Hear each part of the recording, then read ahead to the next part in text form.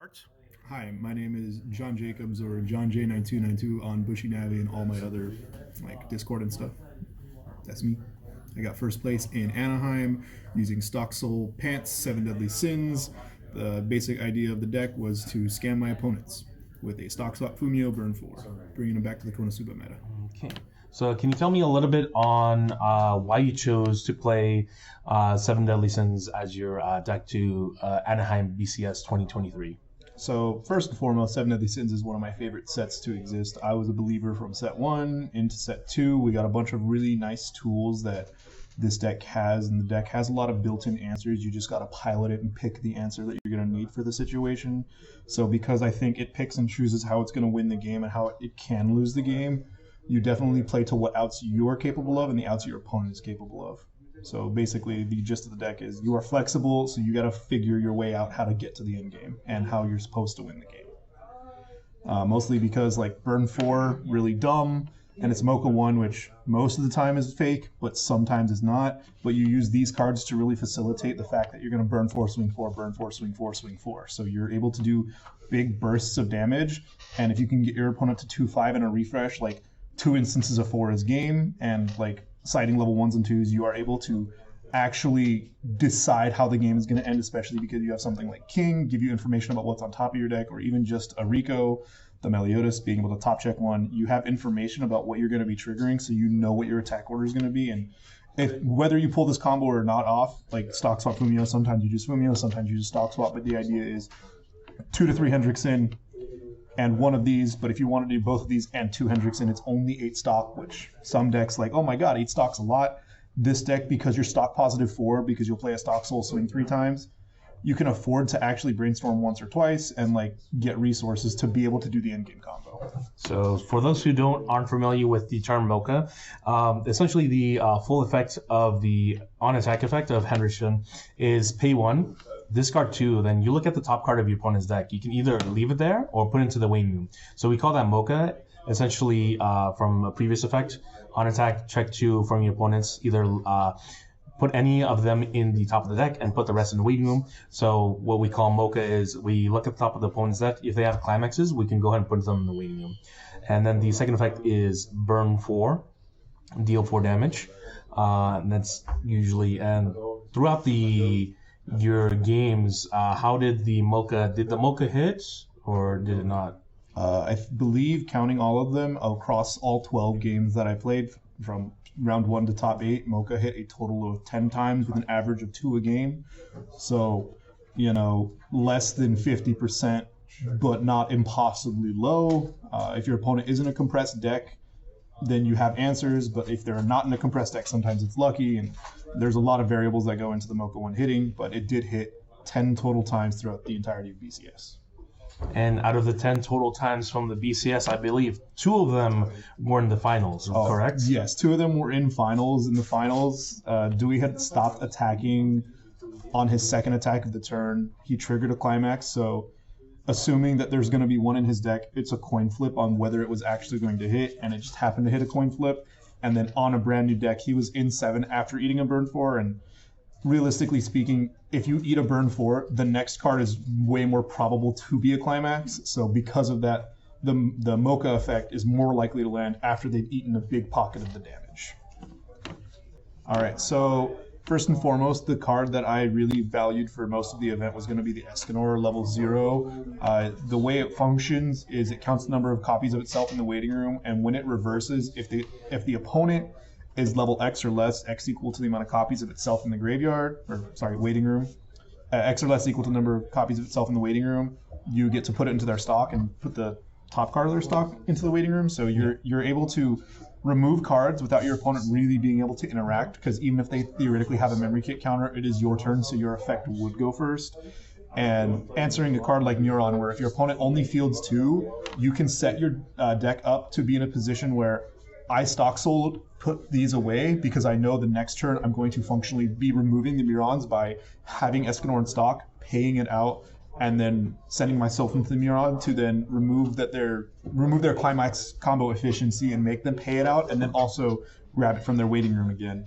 The other Sorry, I did to interrupt you. But in other topping lists, actually we're playing the level 1, 2, 1, level 2 Slayer. Is there a reason why you did not even include it in this deck, since you are running green to play your early play, stock swap? You have enough green to warrant to be able to play it. Is there a reason why you didn't opt to play the level 2 Slayer at all? The reason the level 2 Slayer isn't really as good in this deck is because there's no additional power gain besides the promo over here, Elizabeth, and you're not using it for the attack power gain. And because the Slayer allows your opponent to 3-stock and interact with it, it is much worse of a card if you are just trying to remove threats from your opponent's board. So they might function very similar, but one is interactive, one is not. You just have to play and understand how to use the card, whereas Slayers kind of do their thing. But once again, the Slayers, while they will just do the thing, they are interactive. The Escanor is not interactive. Now, we did kind of talk about the bombs and trying to play around your opponent's board and slay whatever you have on the board. I do see you have the Enadachi, the 1/1 anti-level over here. Is there a reason why you played one of that? I do see a couple lists end up playing the Card Titan, the 2/1 Nanashi. On play mill 3, you can choose one of your opponent's front row characters, send it to waiting room if you hit a climax when the top 3 cards are milled, and also has the on reverse ability to level, anti-level, and then bomb it into stock. Same thing how you're paying this out. So realistically, they kind of do function the same way, where their secondary effect is mostly irrelevant and you're playing it to remove a threat with the on reverse effect. However, there are positions where you don't necessarily want to mill 3 with the Cart Titan profile from a Nanashi. Also, I don't really value Nanashi because if theoretically my opponent early plays a level 3 at level 2 and I'm still at level 1, I can't answer it without this card, which definitely did come up in finals. Against Dewey, he was playing standby. He standbys out the 3/2 Benimaru, and since I am at level 1, if I was playing the Cart Titan wouldn't have been able to answer, and it potentially would have snowballed into me taking a damage every single turn. So by playing this card, you have an answer at level 1 that only costs 1 stock, and it's on demand because most of this deck does have the ability to salvage a lot to keep recurring cards from your waiting room.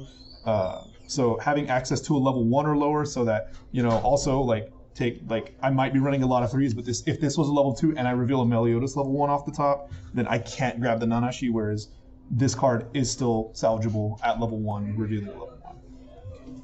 Now, going back to comparing the other lists, because Austria and UK did top with Hendrickson. There were other Escanor decks with SDS, but Hendrickson was 2 tops. They did end up playing Stock Swap and Fumio, this half Fumio right here, but they only played 1 copy of each, if at all. Is there a reason why you're playing 2 copies of each? Consistency. A big reason why this deck is so good at doing what it does is because it's very consistent. You just have to be counting where your cards are, and you wouldn't want to accidentally lose one of your important level 3s, because if you were playing one of each and you trigger one early in the game, you would have to make sure you pay it out, or your opponent knows that they don't have to play around it anymore. So by playing 2 of each, you're giving yourself the option of having access to them and making sure that they are indexed, so you don't always have to grab them from the waiting room. So having 2 increases the consistency of being able to do the effects.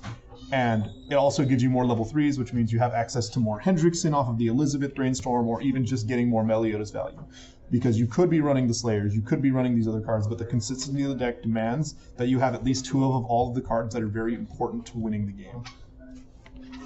All right, and there's a card that caught my eye. One deck did end up running this card, but there's even other Escanor decks were not running that card at all. Is this Brainstormer here, this Helene? What do you think about this card, and why do you think other people don't play it, and why do you play it at 2? So the reason I play it at 2 is, once again, I want to see the card, so by playing it at 2, I give myself the option to see it more often. And also seeing it in your opening hand is very strong, because there are games where Gil Thunder will whiff the effect. So this card turns a Gil Thunder whiff or revealing a climax with the Rico into just super hard plussing, because you're going to hit the Brainstorm, so you're not necessarily even losing a card off of it. And you're moving through the deck state, and that's one of the most important things about playing this deck is you need to be just moving through the deck every single turn. Refresh damage is whatever.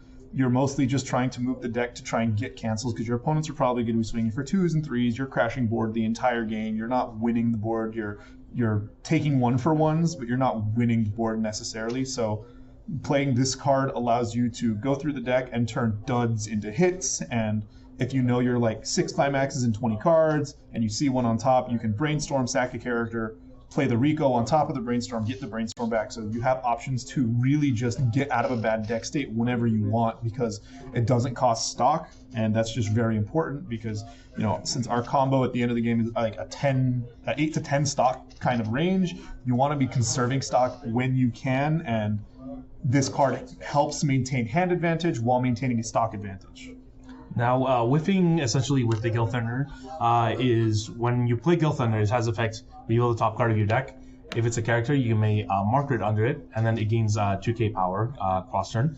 That whiffing that, you can't marker climaxes. So if you whiff that, then you have a guaranteed brainstorm with the Elaine. Also, if you reveal it with Rico, then you can also go ahead and brainstorm as a guaranteed hit. Now, I do see something odd to me. Is there a reason why there's kind of odd foiling options here? There's a 1 and a 3 foiling here, and then there's a 1 and a non-3 foil here. Is there a reason why that is? It helps me keep track of it because there's a lot of games where I will trigger one of the zeros, or I'll trigger one of the level 1 Meliodases. So by having one that is off than the others, you're able to mentally keep track of it a little bit better. At least I can. Some people, I get it would bother them, but for me personally, playing the off foiling, because it searches copies of itself, if you are keeping track of like the off foil, you'll know where it's at, and then it'll give you a more informed decision on, hey, is the Meliodas still in my deck? Simply because like I can look through my waiting room and say, this card's not in there, I didn't trigger it, that means I know it's in my deck. Or, oh hey, there's 2 copies of this and the non-foil, did I trigger one this game? And it's like, if they were all uniform, it's did I do it, where is it? Whereas if you're running, like for me specifically, running off foils lets me keep track of them better.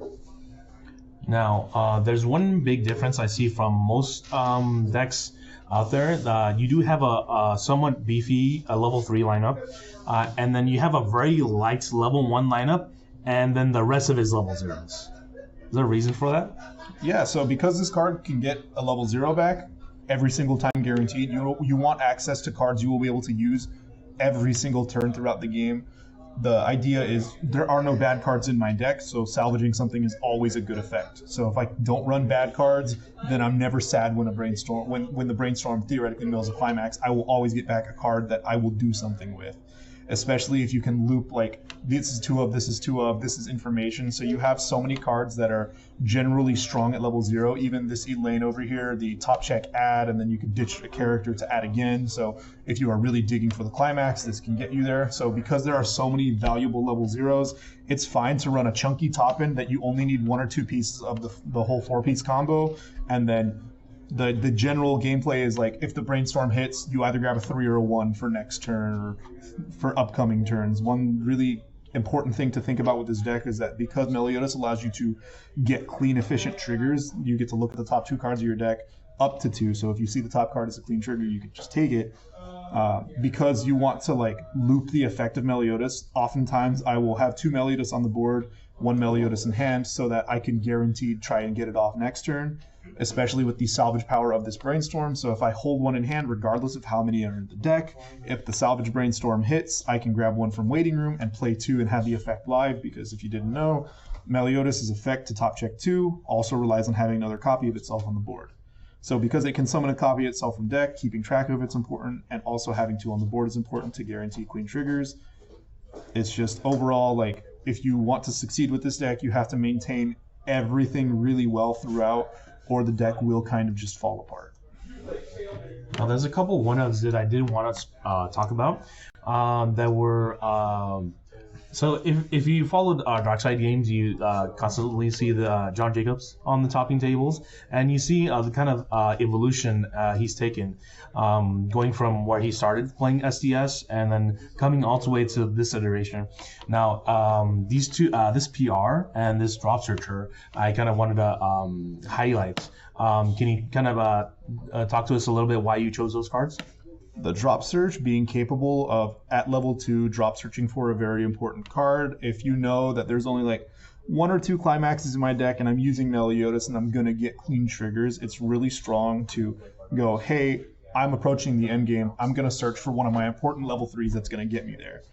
Also, if you're like mid-level 1, low-level 2, you don't necessarily want to Ricky, so having access to a drop search is very important, and sometimes the top check is relevant because if it reveals a climax, you will hit a brainstorm, so it allows you to be more flexible, and sometimes 1,000 power matter on Meliodas, 7,500, sometimes relevant, sometimes not, but it has the ability to do a multitude of things throughout the entirety of the game, and at one of, because it's a 0, you can always salvage it back to your hand. And then as for this level 0 here, the primary effect you're using it for is on play, you prevent one of your opponent's cards from moving for one whole turn cycle, so until the end of their next turn. Very useful against standby decks because you're able to, oh hey, I see you standby out that 3/2 to your back row. You can't use it next turn. And then with Rico, you can do it again and again and again. Because it's a 0, it's always live off of the Rico effect. Sometimes the on attack give power is relevant. Once again, that's not why you're using it, but if it does come up, it does come up. And it's also very important in the mirror match to have this card, because in the mirror match, whoever opens the Gil Thunder kind of dominates because I can't kill it. That's a card that gets to swing every single turn, and I can't really interact with it because none of my 0s have power. But this card kind of solves that by going, if I have a full board, it's an on attack give power, 2,000. So realistically, any of my cards will be able to beat over it or at least tie it. And on top of that, you prevent it from moving. So if you can get the kill on it, you guarantee the kill. So useful in a couple of matchups, specifically like standby and like early level 0 runner game. But these two have very specific niche uses that you don't necessarily will use every game. Sometimes you end up just going, hey, Stock Soul, this card isn't relevant in the matchup, I'll get rid of it. Oh, hey, Stock Soul, this is a card. Or, oh, hey, I need blue, this is blue. Like, you can get there without them, but utilizing them is very important to getting to the end game versus some of the decks you need it for. Now, I did talk about your evolution of your deck going from playing in Dark Side. Why is it you switched from going to Escanor to Hendrickson? Specifically, Overlord and Slime are particularly difficult matchups for Escanor. Slime, because they have a memory kit counter, they are untargetable by card effects, so you're not necessarily going to be able to bounce one, even 2 lanes. Like, 2 Merlins, you can bounce the back row and a front row, and then it's like, okay, well, I have 1 open lane, and with memory counter, because Escanor does require a full board, they can make it so your second Escanor cannot activate, which is a huge pain for the deck. Escanor's great, but only if it's active, right? So because Slime is so unfavorably bad for Escanor sometimes, it's not worth playing into that matchup. And then Overlord, they nuke your board. In 1 turn, you go from a really good ahead board state to now you have however many cards in hand, you got to fix the situation. So because there's 2 specifically bad matchups for Escanor, I feel like Hendrickson has the ability to go just, oh, my board died. I don't care. I'm just going to field my finisher turn. Or, oh, I'm playing against Slime. Cool, that means I can side for exactly enough I need to deal on top of my burn 4s, on top of messing up their deck, whereas Escanor has to go for the front. Escanor says, this is my effect, and if I walk into a memory counter, I walk into a memory counter. All right. Are there any particular matchups? Maybe you don't remember every match going from your switch into Top Cut that you would like to speak kind of towards matches against certain decks or series? So I remember most of the tournament. There's really only 1 round I'm really blanking on, but for the most part, my matchups, round 1, my opponent drew climaxes and triggered climaxes, and sometimes that's Weiss, and he took the L. And on when you draw climaxes and you're only swinging twice a turn, it's really unfortunate, and this deck can take advantage of that very easily. Just you find climaxes, you push damage. My second round game, it was unfortunate, but it is what it is. I ate a pocket of 9 and lost. It was a fun game, but my matchup against Slime went as follows. I'm super far ahead. He's 3-4. He has to try and beat me from 2-5, and unfortunately, I just took 9 damage and lost. Round 3 against 8 standby Slime. that's where this card is going to shine because, oh, hey, you stand by that card out to your back row. Oh, hey, your things aren't hexproof yet or the untargetable. That I'm going to stick your standby target into your back row. You can't do anything with it, which is really relevant against the 2-1 Benimaru. If it does get into, not necessarily 2-1 Benimaru. There was a 2-2 that got standbyed out. No, it's not moving from the back row, but that's really what happened that game. And then that game, Mocha one hit twice. Haha, slime. Round 4, I don't remember what I played against. Round 5, I played against Love Live. A situation happened where I Adachi'd the Yo, and Adachi plus an early play healer, I win the board. He has to then field a board, and then I go into my finisher turn with him really far behind. Round 6 was against Gura. That was a very hard-fought matchup. This card, once again, really helps against standby. I was able to stop the Amelia from attacking me. He standbys it out of level 1. And it never moves. That card did not move from the back row. He played over it with a Brainstorm. So this card really against those standby matchups carried all of the work. The round following the Ozki-Gura matchup was against Itsuki, and Itsuki had a very unfortunate did climax combo, milled 2 climaxes, and now they're out all 8. So now there's a pocket of 5 that's stuck. And once again, I went into my finisher turn. I don't care what my opponent's deck state's looking at. I'm going to do my thing, and it's going to stick because that's how this stuff works.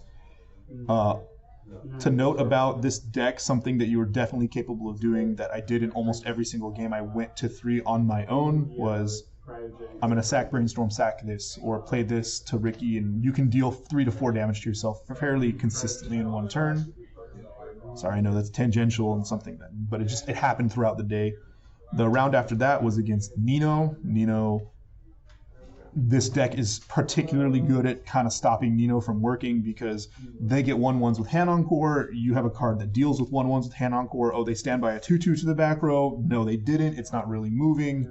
So the matchup is favorable into those standby style decks. And then the final round that I had to win to make it into top cut was against the Choice Pants Review deck. I didn't really get to see what his deck did because he kept drawing zeros. He didn't really get an opportunity to play a level 1 game. He goes to level 3, swings, and I level up myself, deal 3 damage, play Hendrickson, and go. So generally speaking, a lot of the matchups were like make your opponent into an unfortunate game state, push damage as hard as you can, make sure your triggers are clean, and just go. And what about top cuts? In top cut, I got the salty run back against my round 2 opponent. He was playing Slime with the 2 Soul and Pants. He opened up 4 climaxes in his hand. He discards them. He then plays a 2 Soul on his opening turn and triggers Pants. So I get sent to level 1, which was fine because it's like I can get triggers back and push damage because now I know he's out 6. And basically, because Slime's level 0 game, you have the Aqua Ricky style of effect to on sent to waiting room, you can get cards. So by playing an Escanor and 2 Meliodases, I stopped him from getting hand advantage at all while pushing damage back at him. Then my next round of top 8 was against another 8-gate deck, but this time it was Hololive playing the Holo X package mixed with Marine, so it's got the Chloe level 1, but since most of their zeros, once again, are on sent to waiting room effect, Ricky drop searching, getting the Escanors back to deny their value kind of turned off their whole engine. They were at like 2 or 3 cards in hand the whole game, struggling to even fight back. And then when we got to top cut, the very finals match, it was against another 8. That is correct. It was the level 1 standby Rimuru into a Pants 2-1 Muron. That is my apologies on that. So the finals match was in a situation where like he was beating over my Meliodases, but only dealing 1 damage at a time, maybe 2. So he couldn't win the damage race as quickly. He fell behind. He gets sent to mid-level 2, and from there, like as I said earlier, he left me at 2-4. I found a way to level 3. It was a coin flip for the Mocha to hit. The Mocha hit, burn 4 sticks. Mocha 1 hit again, burn 4 doesn't stick, swing for 3, it's stuck. And then because he left a level 2 on the board, I can side attack for exactly 1 after doing a burn 4. So the burn 4 theoretically would eat the climax off the top of their deck, and then you attack for 1, and it was 1 for game. So I don't remember exactly how each of the end games went, but generally it was if I didn't go to level 3, it was like off of my opponent's attacks, I was leveling myself to 3 and going for game. Now, on average, do you see yourself playing one or the other of the Fumio stock swap? And then how many copies of Hendrickson would you go into in your finisher turn? So going into a finisher turn, you realistically want to have at least one Hendrickson, preferably 2, because Hendrickson will find more cards that you will need to win the game with.